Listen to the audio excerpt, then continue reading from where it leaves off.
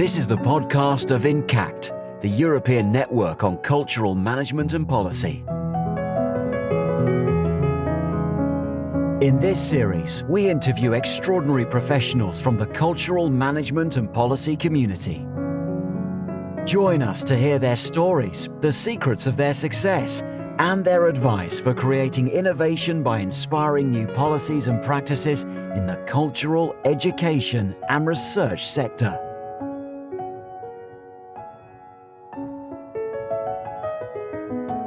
Welcome to the ENCATC podcast channel, a space where we meet to talk and reflect about cultural management and policy education and practice.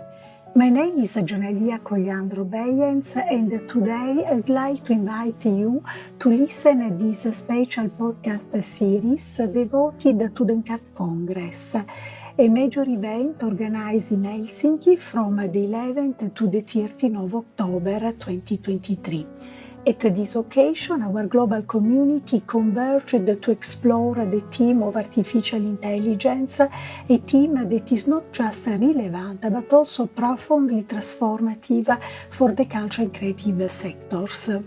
In these 5 episodes recorded at the occasion of our Congress, expect to hear the voice of leading experts and truly visionary people who are not just embracing the future, they are all actively shaping it through their practice and policies.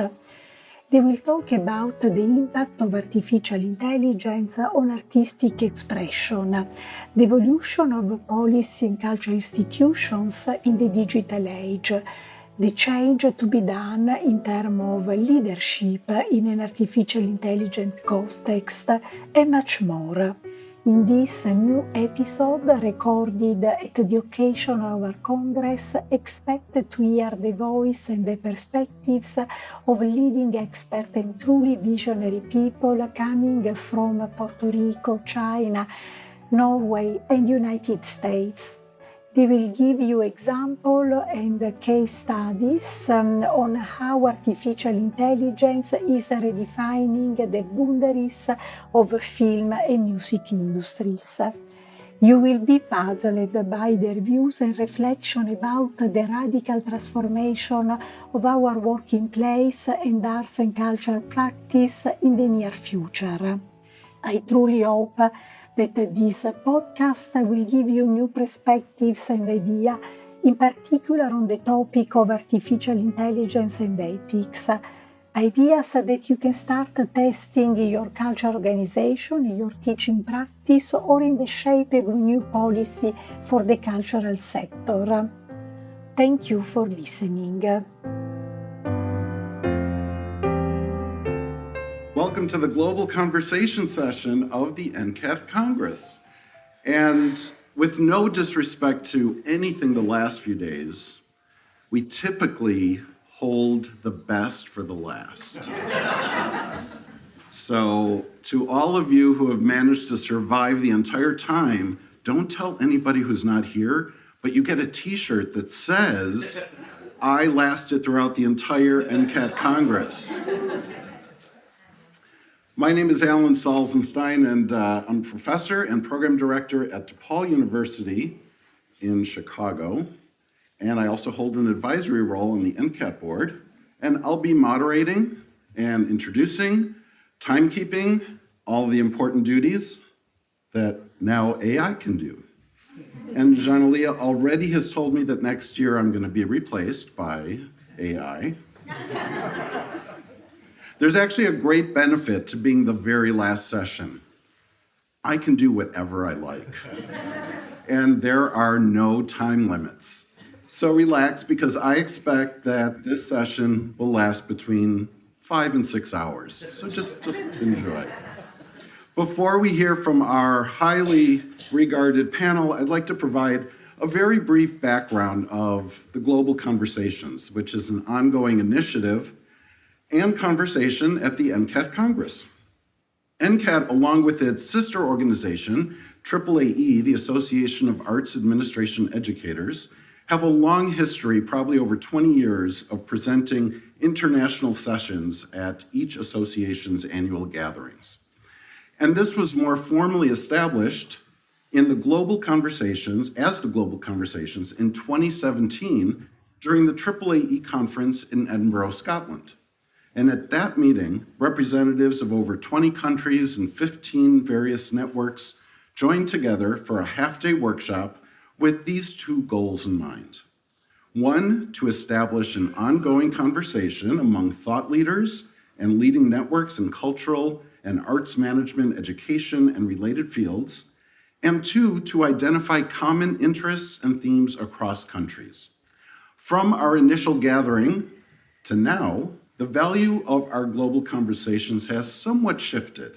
Originally as a platform for inter and cross-cultural networking, knowledge comparisons, and a focus on mobility and building collaborations, we now have many collective global experiences that we share, and some would say perhaps too many.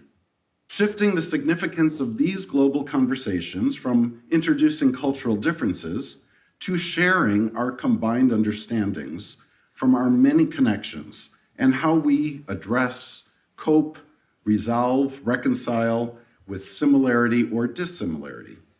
Our first gathering of global conversations, led by ENCAT, AAAE, and TAPS, the Taiwan Association of Cultural Policy Studies, benefited from participation of over 15 other networks from around the globe, and some of those people are here today as well.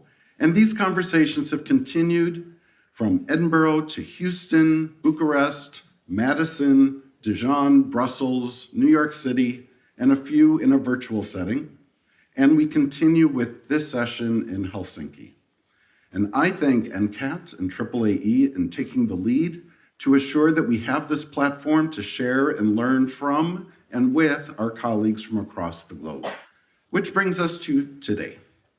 How artificial intelligence is redefining the boundaries of the film and music industries. I was tempted to retitle this session, just when you thought you've heard everything about AI, here's more. Artificial intelligence is, as we've heard for the last few days, a topic, a technological marvel, a reality that is not only transforming our present, but shaping our future across the globe. During this session, we will be presented with various viewpoints from our esteemed panel about the diverse uses and significant concerns associated with AI. The uses of AI are vast and varied, encompassing sectors ranging from healthcare to finance, political ads, transportation, and of course, culture and entertainment. And we've all experienced and benefited from AI. In fact, you didn't realize that what you're looking at is an AI version of me. It's so realistic, isn't it? Even if you look closely and examine my voice, my movements, I've been generated by deepfake technology, and you can't tell that I am actually currently in Chicago just waking up and having coffee. In the entertainment industries, AI is transforming the way we create and consume content, from personalized recommendations on streaming platforms to the creation of AI-generated music, art, storytelling. AI is reshaping the creative landscape. However, with this promise comes a set of profound concerns. One of the foremost worries is job displacement, as we've heard. As AI systems become increasingly adept at performing tasks, there is a fear that they may replace human jobs, leading to unemployment, economic instability, and the loss of creative skills. Another significant concern revolves around data privacy and security. AI systems require vast amounts of data to learn and improve, raising questions about how this data is collected, stored, and utilized. Unauthorized access or misuse of sensitive data can have severe repercussions. Bias and fairness in AI are also critical issues. AI systems learn from historical data, and if this data contains certain biases, the AI may perpetuate and even exacerbate these biases, leading to discriminatory outcomes. Ethical considerations come to the forefront as AI applications evolve. Questions about decision-making, transparency, accountability, ownership, and the potential misuse of AI for harmful purposes must be addressed to ensure responsible AI development and deployment. While AI offers immense promise and potential for positive change across numerous domains, it is vital that we address the associated concerns and challenges, and by fostering responsible AI development, promoting transparency, and considering the ethical implications, we can harness the power of AI to benefit humanity and ensure a future that is equitable and just for all. And before I hand it over to our esteemed panel, let's take a look at one of countless examples that are available. Here is a scene from a remake of a classic movie that I think you'll recognize, featuring the talented Austrian-American actor, activist, former governor of California, the very musical Arnold Schwarzenegger. You can get to by a boat or a train. It's far, far away, behind the moon, beyond the rain. Somewhere over the rainbow, way up high, there's a land that I heard of once in a lullaby. Somewhere over the rainbow, bees fly, birds fly over the rainbow. Why then, oh why can't I?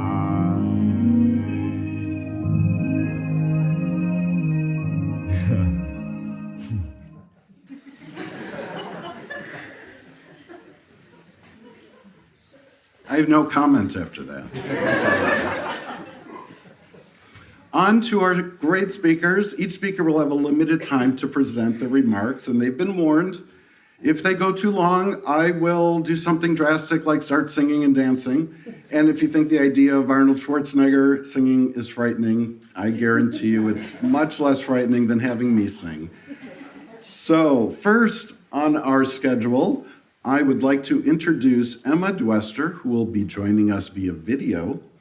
Emma is Associate Professor, Shanghai Jiao Tong University in China, and she will be responding to a question about how our creative practitioners, like musicians and filmmakers, how are they using AI creatively, and how is AI impacting their work?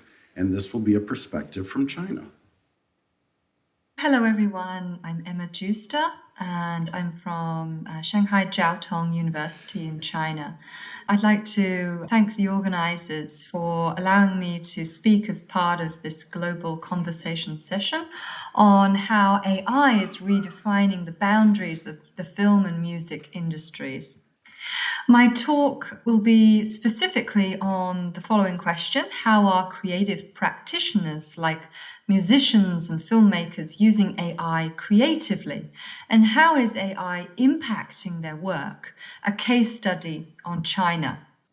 And due to China's mature digital infrastructure, AI has spread rapidly and is now being used in many industry sectors, such as film and music. And I have two quotes that I'd like to share at the start of this talk from a curator in Shanghai called Jenny and a public artist from Shanghai called Santi. So Jenny, first of all, says, in China, we have a very unique condition that how public interact with new digital technology. We don't use cash. There is no cash. So it's a cashless society here. We have so much transformed our daily tools into virtual ones. It's advanced in global terms. And Santi says, in China now, the digital things develop so rapidly and all the designing ways and techniques change in recent years. So we need to study and create many new things with new rules and online tools. And China is really today pushing ahead in this digital adoption of AI. And this has been aided by the 2023 AI regulations to promote the use of AI for national economic development, for ease of use, and to promote business and individuals' innovation capabilities. This unique situation can show other countries and regions what innovation with rapid digital transition looks like in the creative industries, particularly the music and film industry, as China is ahead in AI compared to a lot of other countries. So, digital technology impacts artists' work in the creative process. The artist processes of creating ideas and artworks are starting more often with AI as aids to generate ideas or to generate their initial images. And this happens both for filmmakers with scripts and musicians with ideas to come up with songs. They like to use AI at this initial stage in the process of artistic creation, as it can push their ideas forward more quickly, and it can give them inspiration and ideas at that outset moment. And overall, AI can make their work more efficient and systematic and more accurate. For instance, AI allows musicians and filmmakers to progress, as I said, just before their ideas more quickly, which makes them feel powerful and empowered. One artist told me that AI gives them 4 hands. So it allows them to be speedy and it allows them to feel more powerful than when they're on their own. They feel that AI provides new possibilities of what they can do. It opens up their imagination and provides them with a whole new way of expressing themselves. They feel AI takes them into another world and provides a good kind of surrealist, out of this world space for creation. They use AI but are still mindful to maintain their control, originality and creativity by breaking the technology to do something new with it and something innovative and creative. They train and they influence the AI to make it do what they want. And they mix it with different software in creative ways. So creativity comes from new approaches and new types of creative practices. For instance, through mixing AI with other software, through mixing mediums, and through crossing industry sectors, like musicians working with filmmakers, or using game engines to create films, or using AI to create scripts for films. Hence, they have changed the type of or way of producing creativity, which is now in the form of mixing, combining, and misusing, or creative misuse. An example is video artist Cheng Ran, amongst others, who are now creating video art pieces using AI with the aid of ChatGPT to create scripts based on traditional poems which they input into the AI. And here we see an example on the slide of Cheng Ran's most recent feature-length film. It's called L15A0, The Lament, Mountain Ghost. And it's really based on a traditional Chinese poem, which was input into the ChatGPT. And then ChatGPT updated it with a totally new poem. And Cheng Ran says, actually, I think ChatGPT can understand that, and it is learning, so it makes the same forms of poetry. He goes on to say, I always think about the way the medium of our age and how to transform or how to connect it with our histories. Each era has its own tool of communication, whether this is video, painting, or digital. And artists are also combining and mixing and misusing AI to improve existing mediums like film and video art, creating videos, for instance, using game engines like Unreal or Unity, as with the artist Yan Zhao. Here you can see his creative process. of using Unreal game engine to create videos. And also, there are artists in China who are now starting to code their own AI and using their own data sets to put into the AI so that they control and own their own AI creations entirely. So it's not being fed with others' data. And so copyright, ownership, authenticity is therefore really in the hands of the artists themselves. And this can be applied to the film industry and the music industry as well. For instance, we have an example here of Wang Jing. This exhibition using an AI character is called In the Flow of Becoming, an awakening art log from a fictional AI artist from 2022. And hence, artists are making sure that the AI is not doing everything or not doing all the work so that they still have a role. So there is still a human element in their creative process.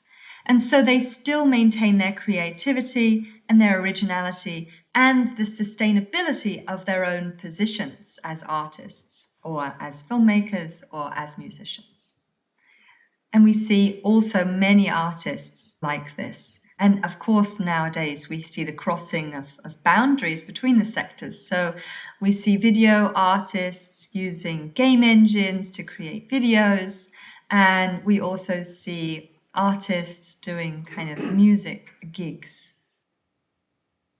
Next, I would like to introduce also via video Javier Hernandez Acosta, Dean of the School of Arts, Design, and Creative Industries at Universidad del Sagrado de Corazón in Puerto Rico, who will be speaking about implications, both positive and negative, regarding AI platforms and what they have over the creative processes, but also over the commercialization of arts and the search for new ways of economic justice for creators.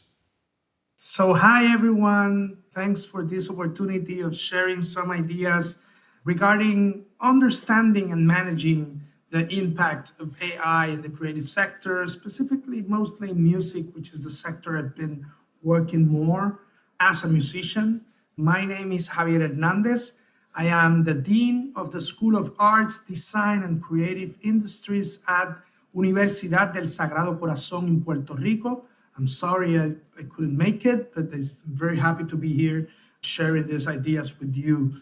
The first thing I want to share is that we have to understand that this thing about AI is not completely new. It is part of a more broad digital transformation. But if you analyze each of the stages, I believe that they all have the same challenges and the same opportunities across the last maybe 20 years or something. So I could say maybe the first stage was when we turned music from an analog, tangible product into the digital world through MP3s and all the platforms that was developed after that. And there were the same concerns, how to control IP and copying, but at the same time, we were going to be able to reach new markets. The same thing happened with social media, digital platforms as Spotify, YouTube, Netflix in the audiovisual content. Again, it was an opportunity of reaching more audiences. There were transformations in the sector, in the value chain, in terms of the big companies that were before, but now the new platforms that are assuming the responsibility of curating and controlling what gets into the market. So there's a challenge, again, of cultural diversity, a challenge of IP, a challenge of fair pay for artists who are generating the content. And the same thing happened again with blockchain. It was another opportunity of reaching new markets, of having the opportunity of create new products, for example, as NFTs, as a new way of selling and commercializing digital art, and at the same time trying to solve the issue about ownership and uniqueness in the digital content. And now with AI, it's basically the same concern and the same challenges we are experimenting. And now you have hundreds and hundreds of platforms solving very specific things that can help or not the creative process. So what I'm going to do is going to share some dilemmas, because at this stage, we're not sure if they're going to be positive at the end, they're going to be negative, probably they will have implications on both sides. So the idea is to share some of them, and also recognizing that as any innovation, and you remember Rogers with the innovation diffusion theory, it's going to be on stages. So probably we are in a stage of resistance. We're not sure how this is going to work, how this is going to affect talent. But I think it's a time that we have to adapt things into what we need them to be, so we can have a full adoption as a third stage, and then moving forward with innovation, which is actually what I think is going to be the beautiful moment when we start using this to create new things, to explore, to experiment, and to bring new things for the world.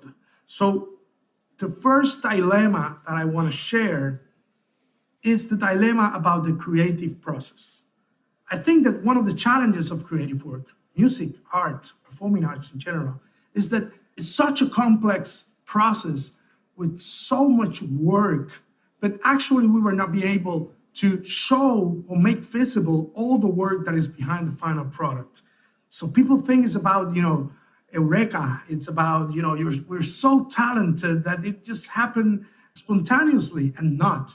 And here's the thing. So probably we will take advantage of that in terms of using AI to support those stages that are invisible, that takes a lot of time, and probably they're not the most value-added stages of the creative process.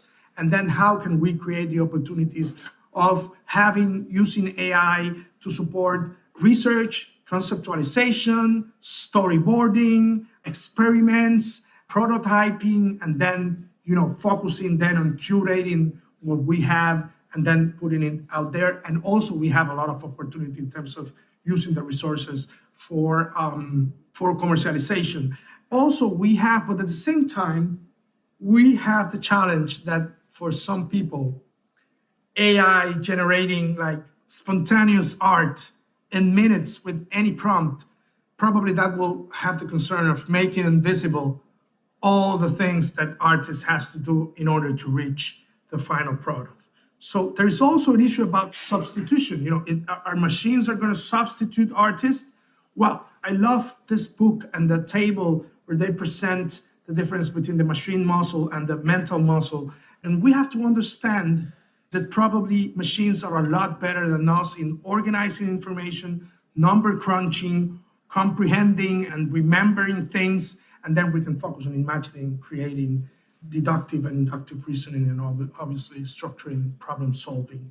Not saying machines cannot be creative, because the thing here is if you can find patterns in our artwork, AI can do it in the same way. So we have to make sure it's going to be challenging for artists to not necessarily following patterns constantly.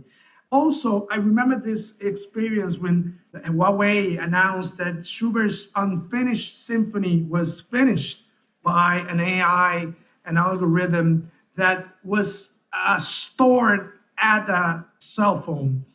And I was surprised of such a big news. But when you dig into it, you realize that there was a composer. So AI was used as a resource for the composer to organize, analyze all the composition, try to find patterns, try to throw some initial ideas, and then the composer put that together into the final composition and the final music piece. And his comments was precisely, it was, I save a lot of time in terms of analyzing information that it would take a lot longer for me. So I think this is a great example of what we're expecting from this. Also, there's an issue about creative justice, and I'm talking about economic and cultural. So on one side, we need to be sure to use technology in our favor to make sure artists are getting paid for what they are doing. So I think that's a big challenge with platforms. But if you think about blockchain and the possibility of encrypting smart contracts, we can trace the use of digital content for the future and be fair to artists, which is one of the main concerns. Tangy Market is a platform who is selling investments into music songs so artists could get paid for the present value of their compositions, and then they can share the return of the investment and future gains if they are successful. Bring in this image of the cassette, because we have to see on the Home Recording Act, which was an interesting way of addressing such an innovation of audio recording and cassettes. So artists were not going to get paid as before because a lot of people were going to copy, something that will continue to happen here and will happen with AI, with platforms using a lot of content, been very difficult for us to identify that. And I think there was a tax on blank tapes where the money was used and distributed into musician funds. So there's something there in terms of public policy that we have to address. And the final thing is about innovation, about cultural diversity, how we make sure the algorithm will not kick out things that are not part of the blockbuster of the mainstream. And we have to make sure to guarantee those innovations. One quick example before I end. These are two artists that I love a lot. They're in a picture together. One died in 1993, the other died in 2019. And suddenly, AI created a cover of the one in the left singing a song from the one in the right. So I think it was completely beautiful for all of us that are fans that will not be able to enjoy his career because he's dead, 30 years ago. But now we can refresh a lot of content that are part of cultural music heritage with this kind of platforms. And I think that's a beautiful example of the innovation that we can get from this. And finally, very quickly, universities, we have to do research, we have to do experiments around this, we have to train people in society, and we have to start rehearsing new models to address equity in the creative sector. So that's it for now. Thank you very much, and I hope we can continue this conversation. Thank you.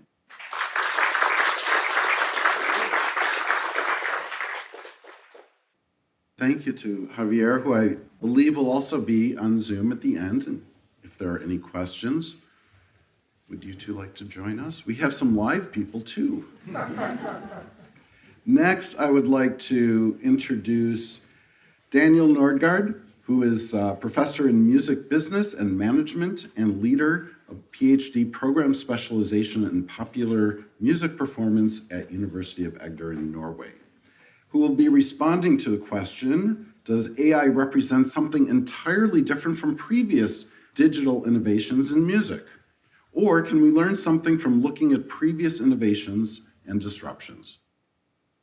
Thank you so much for the invitation, and thank you for allowing me to speak. I'm Daniel Nordgaard. I'm a professor in music business and management. I want to stress that I come from music. I used to be a musician and an artist. I used to tour and I used to release music and albums. And I also used to work with a music festival, pretty big music festival in Norway. It was the biggest at the time. We used to have David Bowie, Björk, Beastie Boys, Coldplay. All the major touring acts were coming to our festivals. And eventually I ran it, and I ran it bankrupt. I shut it down in 2008, and I left. I found a safe haven in academia. I was invited to write a doctorate thesis on how digital change impacted the music industry. In many ways, it impacted both my music festival and it impacted my artist career and my artist ambitions in big ways. So I consider myself an artist and a musician in many ways, and also a practitioner of music business. However, I took my doctorate. My doctorate project was how music business impacted, or how digitalization impacted music business and the music industries. I teach music business management at the University of Agder at a master's level, and I actually also teach a course at the Sibelius Academy, a small music business course there. I'm also leading, and I think it's worth mentioning, I'm leading the University of Agder's newly established Center of Excellence on creative use of technology in music education. It just started this year, and it's a 5-year program that I'm having the privilege of leading. When it comes to AI, I'm an agnostic. I don't believe in heaven, and I don't believe in hell. And I do believe that it will have some sort of impact. And I'm going to try and explain a little bit of the impacts that I think it's going to have by making 2 notions and 1 suggestion. So first of all, digital innovations in the music industry take time. Innovations are quick. Effects are also often quick. Adjustments and restructuring often takes time though. It's also often a process of multiple phases. Examples is the introduction of online distribution of recorded music at the turn of the millennium. Illegal digital offerings went into downloads, legal downloads and illegal downloads. We had an awful period of time with ringtones. I don't know if you remember it. It went into streaming, and each phase is different, although connected, evolutionary. Key to the speed of change is legislation and copyright adjustment. Legislation, though, takes a long time. It's a lagging influencer.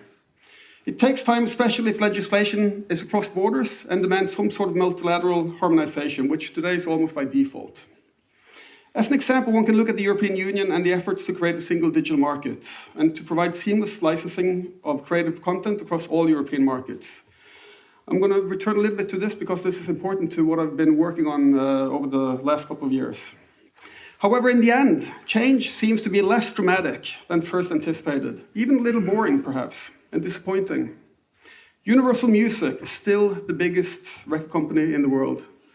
And all the majors are still majors, Universal Music, Warner Music, and Sony Music. There's been little market alteration and little disintermediation as predicted by many around the turn of the millennium. Much of what was initially predicted has not materialized, or at least not in the way it was first described. It was mentioned blockchain and smart contracts have yet to displace traditional intermediaries. It will perhaps do, but so far it hasn't. A reason to why we miss part of this could be our discourse, which tend to follow a path of hype and a path of dichotomies between utopianism and hysteria.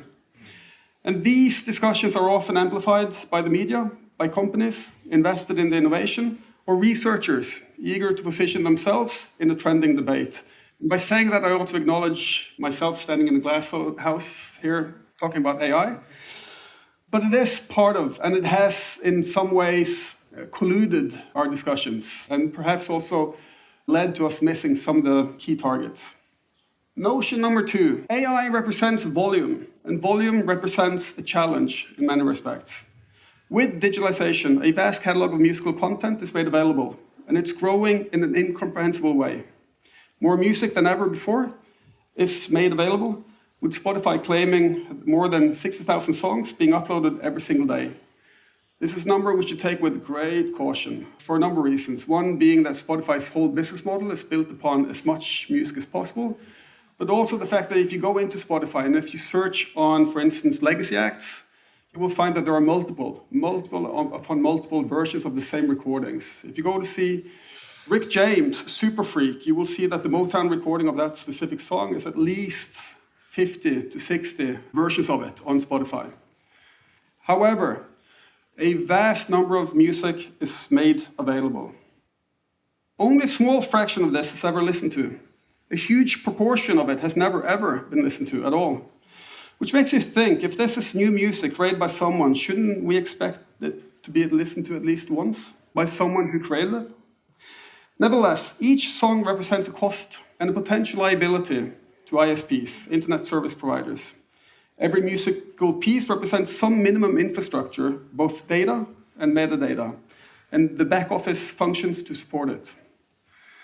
This is a cost taken by the ISPs, the distributors, the CMOs, the collecting management organizations, and the rights owners. And the data has to be right. This is very important. And it has to be updated. Because all available songs represents potential liability. Every song has multiple rights, connected often to multiple owners. These connections change across borders, and they change over time. This creates a challenge. And as an example, Spotify's difficulties with finding, sorting, and paying publishing rights has been a huge issue over the years. And just as an example, in 2017, Spotify settled a lawsuit from Vixen Music Publishing worth $1.6 billion. There are numerous others, although not as big as this one. With AI, this volume is exploding, either through non-human music or through AI-assisted music, lowering the barriers and providing more music. And with this notion, I also want to make a prediction. An AI-fueled explosion of musical content may result in a tier-level system where some content is part of an infrastructure and some is not. This should be seen as an improvement, pushed forward by an overwhelming flood of musical content and its data, or potential data. This flood may demand a tier-level system for infrastructure and subsequently the economic models that follows from it. In order to enter the system, certain criteria must be met. In order to make money from certain uses, you have to be in the system. Eventually, this will lead to a significant improvement compared to the current state, where you have some musical content being outside and partly inside, and some of the inside content having very, very bad data connected to it. And leading from this, I'm going to make a suggestion. Perhaps the true innovation in the adoption of AI lies in the mundane operations of back-office functions. In the music sector connected to process of digitalization, data has attracted growing awareness. Unag Murphy mentioned this on Thursday, the importance of data. AI, as with most data-driven innovations, can only do so much based on the data it's provided. And data is a problem in the music industry, both the quality of it and the relevance of it. In 2018, I published the book Music, Business and Digital Impact, which builds on 5 years of transcriptions from the Christiansand Roundtable Conference, describing and analyzing the music industry's difficult process of coming to grips with digital change. A central theme in this book, and that appeared at the Roundtable Conference, was the efforts made to create a registry or a database for music rights. There were 2 initiatives in particular, and both were integral to the Roundtable Conference discussions. It was the GRD and the IMR. The GRD is a global repertoire database, and the IMR is the International Music Registry. And the GRD was an EU initiative to help support the ambitions that lie in the single digital market. It was an initiative to help provide licensing across borders in a swift and updated way, free of liability for ISPs. And eventually, both of those initiatives failed. There are 2 reasons that they failed. One is the ownership of data, and the other one is the state of some of the registries, or the state of the data. Put simple, the owners of critical data considered the control of this data the reason of existence and didn't want to give it up. And for some stakeholders, the data and the business conduct had flaws. And in displaying these flaws, that may jeopardize them both politically and legally. With AI, and this is my suggestion, with AI or deep learning, data owners can keep control of the data while algorithms correct, fill gaps, and update data instantly. In the last phase of the GRD, this was even suggested as a possible way forward. However, this was before algorithmic capacities were at the level that they are today. AI would be an excellent tool for back-office functions and could help fix problems that have troubled the music industries for decades.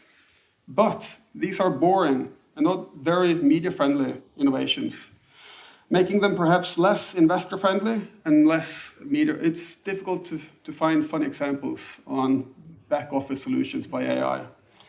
It's business to business instead of business consumer. But my suggestion is nevertheless that AI's perhaps most important impact in the music industry may be significant in the back office, in the boring and mundane work that it can help fix, which has troubled the music industries for decades. But it's a boring task, and it may not be the one that we discuss on every single conference, in every single meeting point. Thank you.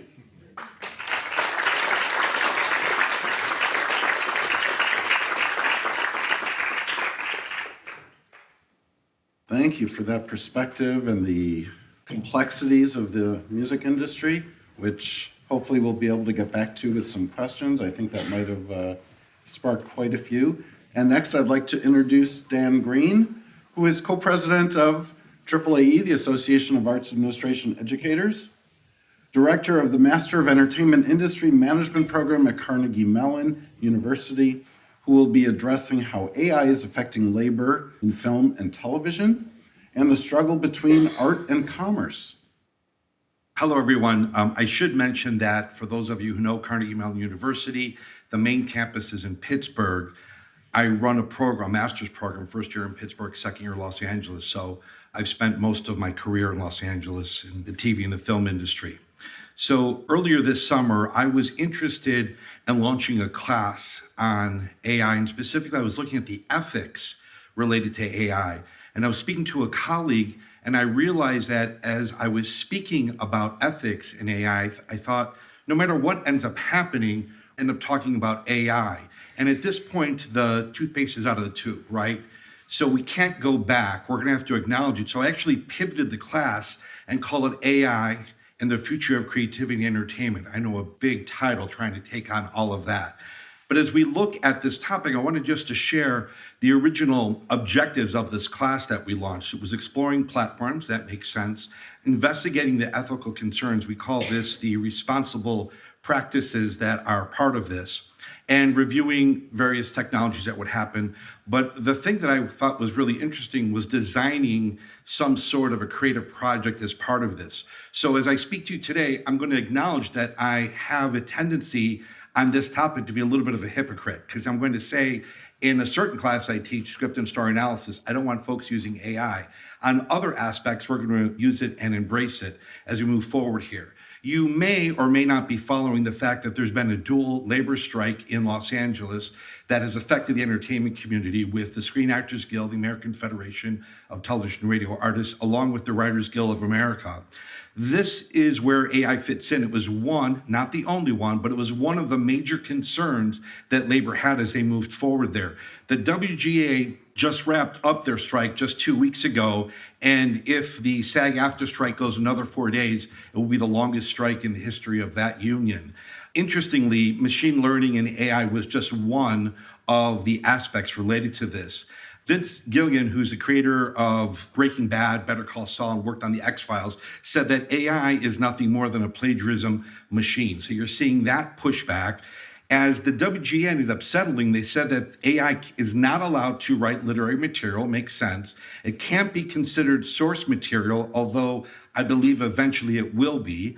And the company cannot require a writer to use AI, but if they're brought on to do a rewrite, they have to acknowledge that AI has been a part of that. So again, I go back to the toothpaste is out of the tube. We're not going to get it back in here. It's here. It's affecting things. And I wanted to talk, I'm going to guess that not everyone knows who this gentleman is. He is a big influencer, social media, 24 million followers. He goes by the name Mr. Beast. And wanted to show you this video that was put out related to him. Video. You're one of the 10,000 lucky people who will get an iPhone 15 Pro for just $2.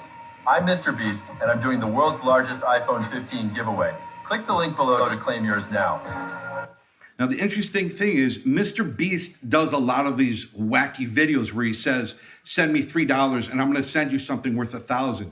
It's happened time and time again. This is a deep fake, but Mr. Beast's pushback to Twitter was, why wasn't your AI, which is supposed to detect deep fakes, not discovering the fact that this was a deep fake? And I'm one of your most prominent folks who's on Twitter and on TikTok and other things. You may have also heard that Tom Hanks just had to come out last week and say, folks, I am not advertising for a dental plan. It went on, they used his imagery, they've gone on there again and again. Forbes says that while the striking was happening this summer, 96% of the companies are boosting their generative AI spending. That's incredible numbers when you think about it. We're talking about the music industry. This is the CEO of Warner Music who says, you know what? Some folks may not like it, and that's just fine. He's referring to the fact that AI is going to be part of the equation for the labels. And as Daniel just said, there's 3 of them that are still controlling a lot of this aspects. And some film and TV studios were advertising jobs this summer that would start at $1 million for various people. These are big tech companies that are pushing through here, but it goes ricocheting right back to what's happening with the writers. And I do appreciate Charlie Kaufman, who wrote Being John Malkovich and Eternal Sunshine of Spotless Mind, who said at this point, the only thing that's making money is garbage. Why don't we just let AI create this garbage? Again, you're seeing that's the reason I'm using this word hypocrisy, because you're on both sides pushing back again and again. But in 2025, by 2025, 50% there'll be support with generative AI, with marketing, with authors, et cetera. So we know it's going to come in. So I look at it like this. The AI in entertainment is going to grow and grow and grow and grow. We can say whatever we want. We can say we're not going to handle it. It's out there, right? When people started with all technologies, there's always a scream of some sort. So I want to look at 4 industries that I deal with the most and look at what's happening with these areas. The first one is gaming. Activision and Blizzard, recent patent generates that there is a unique player using AI on their algorithms. Pretty interesting stuff there. EA Electronic Arts has a self-learning AI agent that's learning to play their own games. Roblox, which is my 10-year-old son's favorite game to play, has developer tools where anyone can create in-game experiences so that you can type in what type of material you want and it will create that, not to mention that people are coding with this as well. Sony AI and PlayStation is coming up with in-game components using AI, and they recently beat their best drivers in the world, real drivers, at Gran Turismo playing their games. And you probably know there was a movie that came out earlier this year with that same name based on a true story. Ubisoft did an open AI research together with scholars looking to bridge the academic research. They're embracing that aspect of gaming. Also, they're using AI to speed up the process of barks, which are small writing aspects that happen in the video game industry that would take a long time for people to support that. It's going much quicker now. I'm going to mention Unity Engine. Unity with Google is partnering to offer an approach that trains the rhythm for positive and negative signals, trying to create virtual worlds easier. Within the film industry, this is pretty crazy stuff when you think what Marvel did. Marvel had a brand new show called Secret Invasion. It starred Sam Jackson. They got a ton of feedback. Please know that people pick it in front of Disney every day. Big crowds, Disney. And they decided to release in the summer an opening credit sequence that was completely made of AI. Like the deft tones that happened, people were so shocked about and said, "What were you thinking?" And they asked the executive producer and he said, "I thought it would be an interesting thing to imagine." But of course, because Disney, which owns Marvel, has a history of embracing artists, they said that they were really angry at the fact that they would not support them. But Disney has technology that can detect your human emotional state that they're looking at to influence character and plot line. This has been a worry for people in the development industry, creating the stories that you'll see on TV and film for a long time, and they're using that. Miramax and Creative Artists Agency are de-aging two of their big actors, Robin Wright and Tom Hanks, for an upcoming film. Netflix recently had a short film that came out that they produced where they used generative AI for the background, and actually in the credit scroll at the end, they mentioned AI plus human as one of the credits on that. Paramount Pictures did a UCAM thing. Again, this is a lot of marketing going on as well, but you could use AI in order to look like the dress up of its two main stars on this, Tiffany Haddish and Rose Byrne. And Warner Brothers is using decision making for the green light process, where it used to be you'd be hired for your taste in Hollywood and what your gusto is. I'm going to invest in this type of movie. Now there's software that's put together more or less like an equation. Most famously, House of Cards did this some years ago on Netflix, and they put together parameters, but it's being used more and more. Not sure if you know who this gentleman is, Imran Chaudhry, who was on the original design team for the iPhone, iPad. He co-founded with his wife a company called Humane. He's imagining a future where we will not have to have screens in order to use AI. Instead, you'll use an aspect of it. There'll be no watches, no cute gimmicky stuff like that. So with no Spotify, the reason I'm mentioning this here is because you can imagine in the entertainment industry how they'll embrace this, and they will actually say, "I want to watch another episode of Friends," and you'll look at a wall and you'll say, "I'd like to watch Friends," and it will be projected on here. I want to show you a super quick clip of him at a TED conference where he answers his wife's phone call on his hand. And you'll see, imagine how you can double this and move this forward here as he moves into this. Sorry, this is my wife. I'm gonna have to get this. Hello? Hey, babe. Hey, Bethany, how's it going? Good, are you at TED? Yeah, I'm on the red circle right now, actually. So I'm going to move forward here, but he has a whole conversation with his wife just by answering it there. He's wearing a small clip, and he thinks that's where AI is eventually going to go. On TV and streaming, Fubo TV has a index of sorts where you can go frame by frame and find your special parts using AI. Gusto TV has the first food show that is being hosted by an AI-generated character. Now they're paying, this is one of SAG-AFTRA's frustrations, they're paying an actor to come into the studio for one day to move around, pick up cans, and do stuff. But they've created an AI person who will do interstitials, and that person can work forever. And that person will never complain about the heat of the lights under there. Hulu and IBM is doing something with ads that are personalized. So they're experimenting with this. What mood are you in today? Based on your mood, they'll make suggestions for you on what you might want to watch.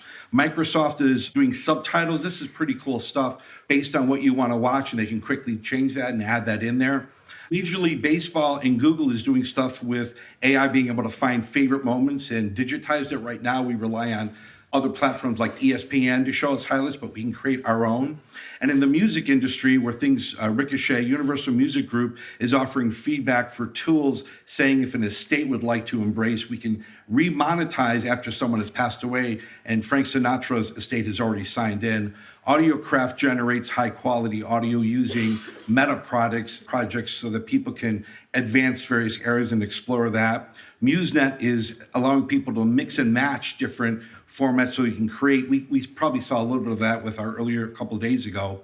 Ava Technologies is using a platform where creators can upload their work and then they can use it to distill and move things around a little bit. Spotify famously is using a lot of hyper-personal recommendations. Splash is using AI to interact using stuff like Roblox where your music becomes somewhat personalized.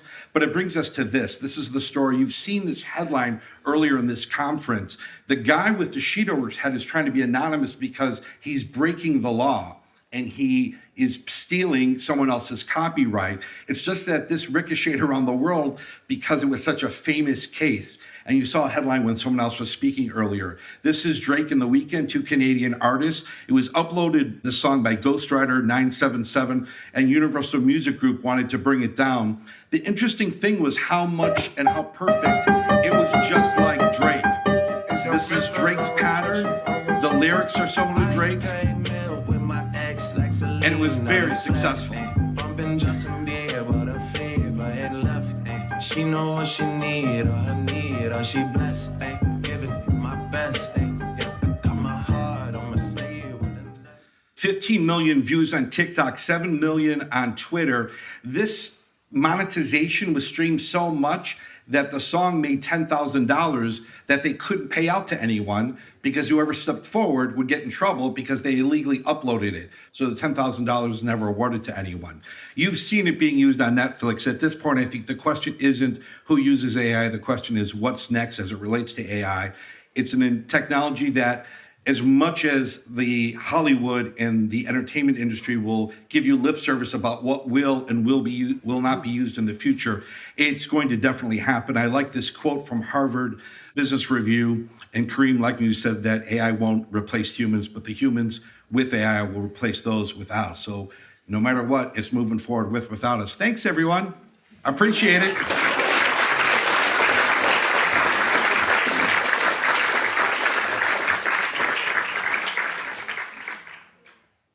I don't know if anybody else noticed this, but Dan did not take one breath.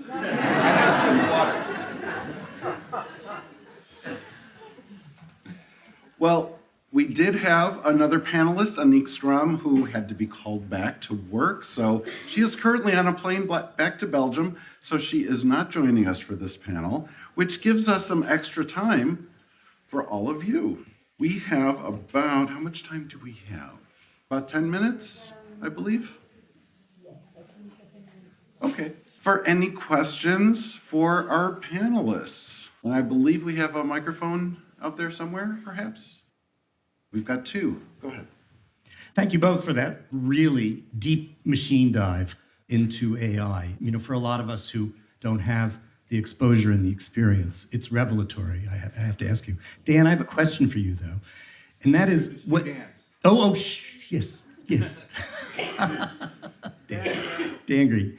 You know, I'm very prosaic, but if you're dealing with an existing curriculum in arts management, and most of us have a curriculum that's established, we probably are maxed out on the number of credits we can teach. Where do you find the room to fit in a brand new course on AI in a management program? Yeah, so the main campus is pretty easygoing with me when it comes to electives. So this was an elective class on the LA side. They're hypersensitive about what I'm doing on the Pittsburgh side, on the main campus. But because the deans, who are lovely people, aren't always up to what's happening with entertainment, I originally proposed this as a workshop and started working on a workshop on this. And then that evolved into the class itself.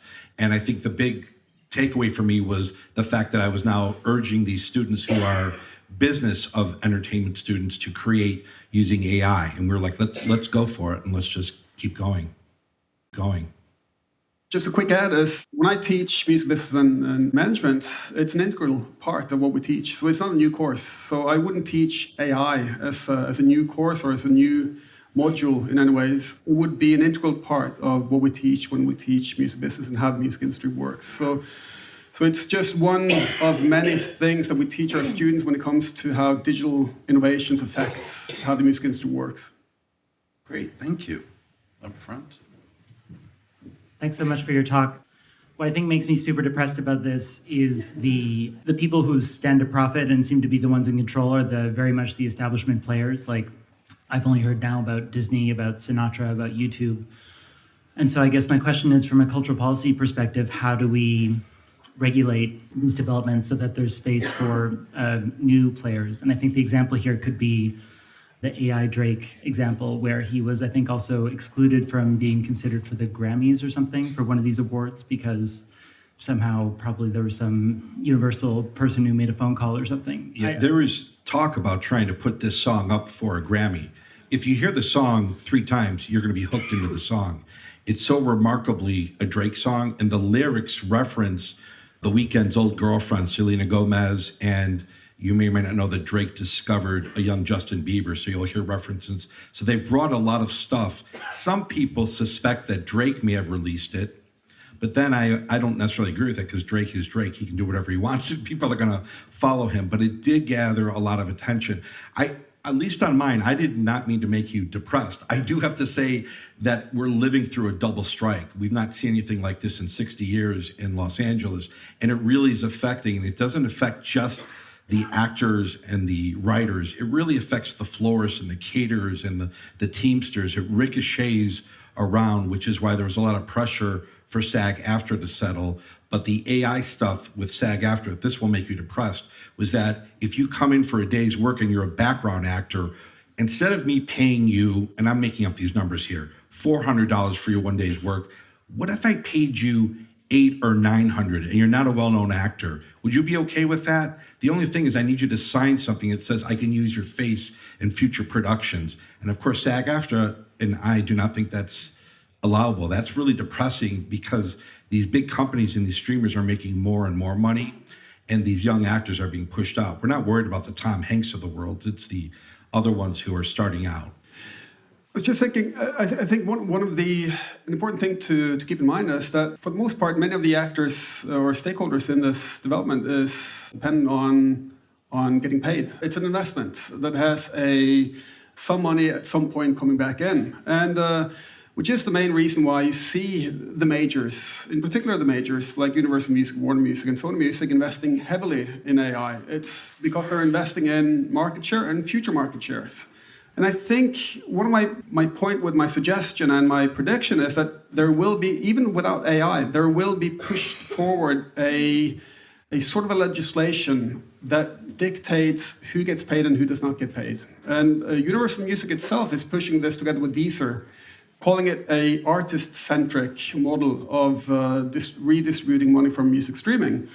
And it's centered around a logic that you have to have at least 1,000 streams from your music in order to start getting monetization from your music. So they're putting in a level of, and of course, once you introduce this, you can introduce other types of qualification that you have to get through in order to get paid. And my prediction again is that if you have legislation being passed, you will separate non-human music from human music, and you can have different types of business models around it, which would stifle some of the investments from the major record companies and others into it. I think we might have time for one more question.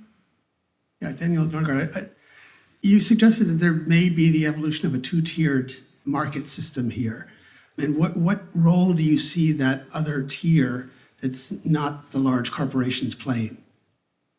This actually came up as a suggestion at the Roundtable conference that we had last year. And there was a person who's from LA who's working in the music industry who suggested and said, which wasn't tied to AI, but it was tied to, she said that, look, there's a generation of music creators or content owners who do not opt in the traditional ecosystem. So they don't sign in on SASM or STIM or PRS or whatever it is. They don't register their music, and they operate in a parallel system in many ways.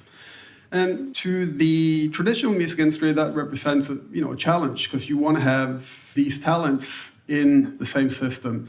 However, you could also say that there is probably quite a huge, and there will be a bigger ream of musical content being part of an outside system. I sit on the board of Gramo, which is the neighboring rights society in Norway. And one of the things that we've been working on and struggling with is, some of you are familiar with Epidemic Sound, who sell non-licensed music to shopping malls, hairdressers, etc., which is an outside system, it's a huge legal debate on whether that is actually allowed, and we are part of it. But what they do is they say that we will sell a unlicensed type of music to hairdressers, which is sounds like. It has familiarities with popular music, but it's not the same, so it's not licensed correctly. And what I was suggesting is that could probably work fine. You could find different things that this sort of music would be sold and licensed perfectly. Where the challenge lies is when that content is being mixed into the other types of content. That is where the problem lies, because I'm going into details now, but recording music is very often licensed through a blanket license, so everything is available. We just have to find out who to pay. That is the default position. And if 30% of all music that money is being brought in, but it can't be redistributed anywhere. And that creates a huge challenge. I hope that answered. Well, I would like to thank all of our panelists, Emma, Javier, Daniel, Dan, and also I want to give special thanks to those who helped put this together as a global conversation. Janalia, of course, Juan in the back, and special thanks to Rich Maloney and Dan Green, who were instrumental in putting all of this together. So thanks to all of them. Thanks to all of you. You have been listening to the podcast of ENCATC, the European Network on Cultural Management and Policy. To learn more about us, our activities, and how to become a member, visit encact.org.